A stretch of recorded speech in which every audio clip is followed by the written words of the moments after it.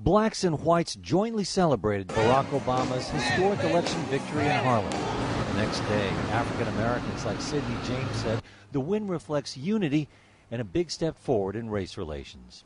We all one people now. Obama got a huge chunk of the white vote, but some African Americans say it's too early to say the United States has entered a post-racial era. Secretary of State Condoleezza Rice said Americans still cannot disregard race. This is a country that's been through a long journey in terms of overcoming wounds and making race not the factor in our lives. That work is not done. Daryl Pinckney lives in Harlem. I don't know if they're ready to live in a post-racial world, but they're certainly ready to take large steps toward having the American democracy function on another level.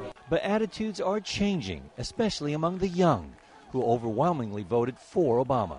Professor Charlton McIlwain studies racial appeals and communication at New York University. I don't think it's so much that they don't see race, but they're willing to say, yeah, he's an African-American man, and so what?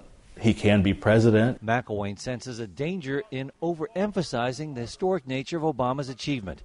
He fears society might use Obama's success to argue against the need to help African Americans. In fact, at the same time Americans were electing an African American president, voters in Nebraska were approving a ban on government-sponsored affirmative action in the state on the basis of race, sex, ethnicity, or national origin.